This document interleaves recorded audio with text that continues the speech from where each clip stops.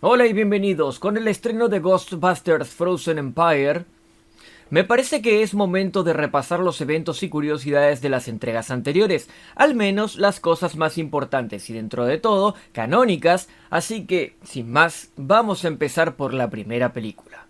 Los Cazafantasmas. Los Cazafantasmas es una película sobre un grupo de vagos.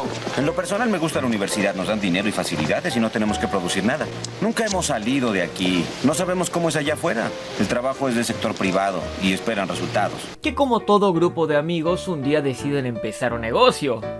Investigaciones y eliminaciones paranormales profesionales. Que les termina saliendo bien porque tenían los conocimientos necesarios y justo se da que se acerca la fecha de la venida de un dios antiguo y esto, en el lore y universo de Cazafantasmas, implica un incremento de actividad espiritual. En la cultura popular siempre las parodias o referencias a los cazafantasmas los presentan como gente con aspiradoras de fantasmas. Pero el método de captura en la película se podría considerar que está basado en la pesca, ya que los rayos de los equipos de protones se enganchan a los fantasmas y los cazafantasmas están como tirando para tratar de controlar al fantasma, como cuando uno tira de la caña de pescar para sacar al pez del agua. Y el uso de la trampa sería como usar una red o un depósito en la pesca. Esta mecánica es más notoria en los videojuegos más recientes, donde lo replican muy bien. En esta primera película conocemos el valor aproximado de lo que cobran por captura, $5.000, que según la serie animada luego se iría a $1.000 aproximadamente. En dicha escena también podemos ver la genial interacción entre Peter y Egon, donde este último le indica al primero, por medio de señas, los valores sobre la marcha. Un pequeño detalle que quizás no te das cuenta la primera vez que lo ves. Otro detalle que durante toda la película pasa desapercibido es el falso product placement que va anunciando el evento del hombre de Malvavisco, ya que su aparición no es algo totalmente al azar, sino que es construido subliminalmente durante la película. Esta película no es del todo para niños gracias a sus diálogos. Alice, ¿está usted en su periodo ahora? ¿Deseas este cuerpo? Es una pregunta capciosa. En esta película, como dije, se avecina la llegada de un antiguo dios, pero la profecía que describe todos los eventos es dicha en mitad de la misma. De la Bildronali, el viajero vino como un enorme y cambiante Thor. Después, durante la tercera reconciliación del último de los suplicantes Mequetrex, se eligió una nueva forma para él, la de un gigantesco Slor. Muchos Sufs y Zul supieron lo que era ser rostizados en el fondo de Slor ese día, y no miento. No solo eso, sino que también se describen muchas cosas que, aunque son irrelevantes durante la película, terminan formando parte del world building de la historia para más adelante, como la mención del culto de Gozer y del arquitecto del edificio, el fiel fan número 1 de Gozer, Ivo Shandor. El ritual de Gozer, que es descrito por Luis poseído, requiere la presencia de dos espíritus con forma de perro toro, conocidos como los Terror Dog. Estos deben poseer a un hombre y una mujer, Vince Clorto, el amo y señor, y Zul, la guardabarrera. Estos luego deben encontrarse y coincidir para completar el ritual.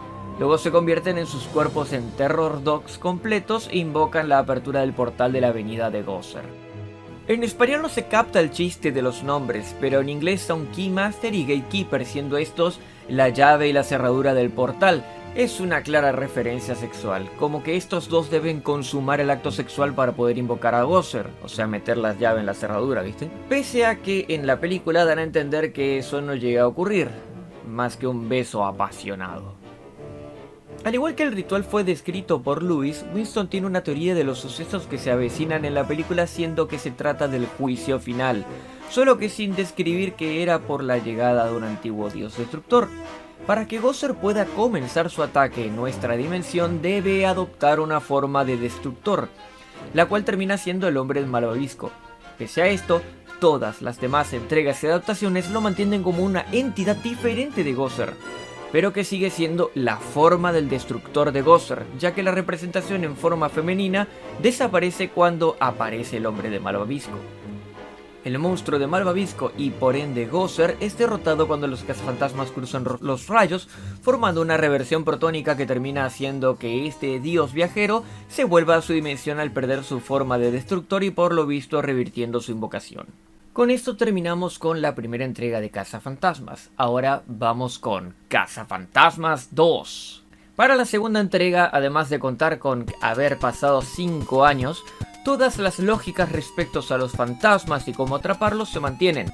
Solo que al no estar viniendo un dios antiguo, la actividad espectral fue disminuyendo al punto que la gente volvió a considerar fraude o truco publicitario a los que los salvaron de un monstruo gigante. Mi papá dice que ustedes son un fraude. Jason, Muchos por no favor. pueden creer en lo paranormal. No, él dice que son un fraude y que por eso no tienen trabajo. Lo interesante de esta entrega es que presenta un villano que, aunque no sea un dios, era un mago antiguo muy malvado que fue torturado, y a pesar de esto, también se introduce el concepto del río del limo, una representación de todos los malos sentimientos de la humanidad que nunca explican qué relación tiene hacia Vigo, solo que este aprovecha la existencia del río del limo para incrementar su fuerza, ya que está cargado de emociones negativas. A pesar de que nunca se explica el origen del río del limo, se da a entender que está allí desde hace mucho tiempo, sobre todo por la actitud de los neoyorquinos. La segunda película tiene muchos elementos similares con la primera, como un enemigo aproximándose de a poco, un comienzo desde el fracaso hasta el triunfo o retorno de los cazafantasmas, una primera captura, el montaje, los cazafantasmas siendo arrestados y llamados fraude por un agente del gobierno, la inclusión de una criatura gigante y la pelea final con el villano. Es por esta razón que a mucha gente no le agrada, pero a mí me parece incluso más memorable teniendo musicalmente su propia identidad, dejando a los cazafantasmas de manera más heroica, y aunque se haya vuelto más family friendly por adoptar elementos de la serie animada, tiene algunos conceptos clásicos y subidos de tono. Por otro lado, repetir algunas cosas les dio a los cineastas la posibilidad de concretar ideas que no pudieron hacer durante la primera entrega, como la destrucción de un auto de policía por parte del gigante, el abrigo de animales cobrando vida, el gigante saliendo del río de Manhattan, etc. La película sufrió muchos cambios durante su producción, al punto que varias escenas fueron quitadas de la historia, pero conservan sus escenas en la película de forma de montaje, como la conducción poseída de Rey o la escena final donde les entregan la llave de la ciudad por haber salvado al mundo nuevamente. Y vemos que la Estatua de la Libertad fue devuelta a su lugar de origen. Uno de estos cambios también fue la patente del Ecto 1, que originalmente diría Ecto 2, como se ve en esta escena. A mí particularmente me gusta más la segunda película, quizás sea justamente por culpa de la serie animada. El videojuego. Acá es donde empiezan a afectar la nostalgia de la franquicia. Pero se justifica porque estamos hablando del juego promocionado como el verdadero videojuego de los cazafantasmas, ya que para muchos y hasta los creadores es considerado como la tercera película. Entonces, para ambientarnos en la temática tenemos música reutilizada de la banda sonora de la primera película. El enemigo es un personaje reutilizado, pero no es Gozer sino su adorador tratando de superarlo, Ivo Shandor, el arquitecto del edificio de la primera película. La historia trata de que se hizo una exhibición de artefactos de Gozer, donadas por alguien que resulta ser Ivo Shandor poseyendo a alguien, preparando todo para volver a la Tierra, ya que su exhibición se cruzó con una descendiente suya.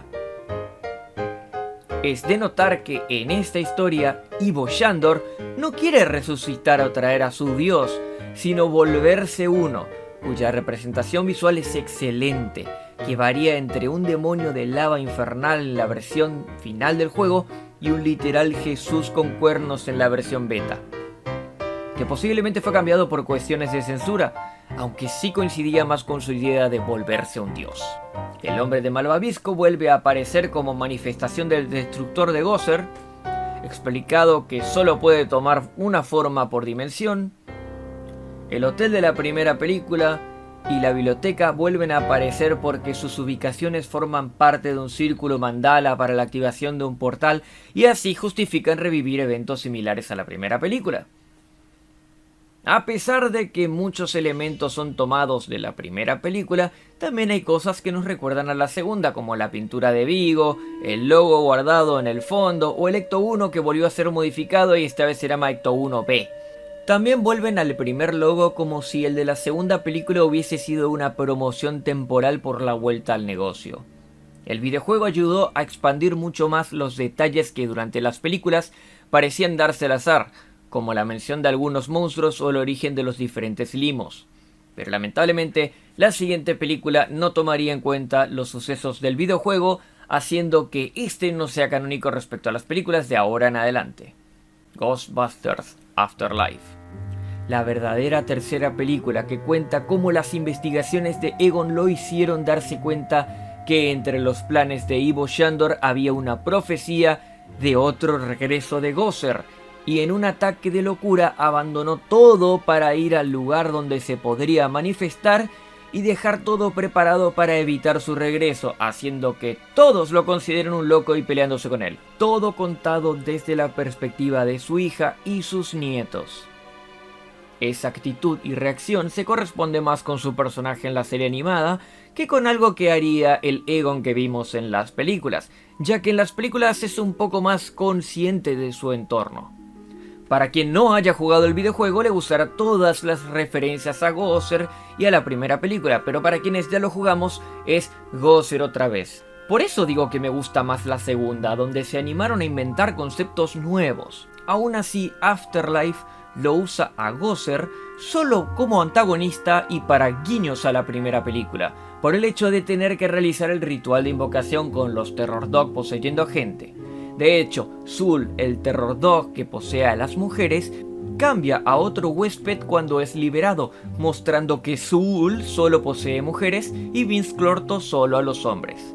Si quieren saber cuál es la diferencia entre ambos, está en los cuernos. La principal conexión del pueblo con la primera película es que posee una vieja mina donde se extraía el selenio con el que Ivo Shandor hizo las vigas del edificio de la primera película, siendo ese elemento necesario para crear un templo de invocación a Gozer. Una curiosidad es que, aunque esta película no toma en cuenta los sucesos del videojuego como eventos canónicos, la apariencia de Ivo Shandor se corresponde con cómo lo representaba el videojuego. No solo eso, cualquiera podría ver el acto de Gozer partiendo a Shandor como una venganza por lo que éste opinaba durante el videojuego. Esencialmente esta película no agrega nada a lo que llamaríamos el lore de Cazafantasmas, ya que repite lo de la primera. Solo suma en presentar a la nueva generación de cazafantasmas. Phoebe, la nieta de Egon, que al igual que él es súper inteligente. Trevor, que estaría más cerca de ser como el Peter Venkman, que más cerca de lo que es Egon. Cully, la hija de Egon y madre de los chicos, que cumpliría el rol de Janine y de Dana Barrett prácticamente. Y luego, fuera de la familia, tenemos a Podcast, que no mencionan su verdadero nombre en la película ni en el guión final, pero su actor sí conoce el nombre. Podcast viene a ser como el entusiasta del equipo nuevo, lo cual hace que sea el que mejor coincide con Rey. También está Lucky, que termina metiéndose en la situación por juntarse con Trevor y ofrecerle trabajar con ella. Por meterse termina siendo convertida en perro. Y por último tenemos a Gary Gruberson, el profesor de colegio de verano que termina siendo, en lugar del adulto responsable, el alivio cómico, y por ello, y por su rol como huésped de Vince Clorto, es comparable con Louis. Recién para Ghostbusters Frozen Empire podremos ver a estos nuevos personajes interactuando como grupo o más bien como familia, sobre todo en el negocio de cazar fantasmas. Los veremos interactuar más con el equipo original y enfrentarse a un villano nuevo y original que puedo decir que no tiene nada que ver con Gozer.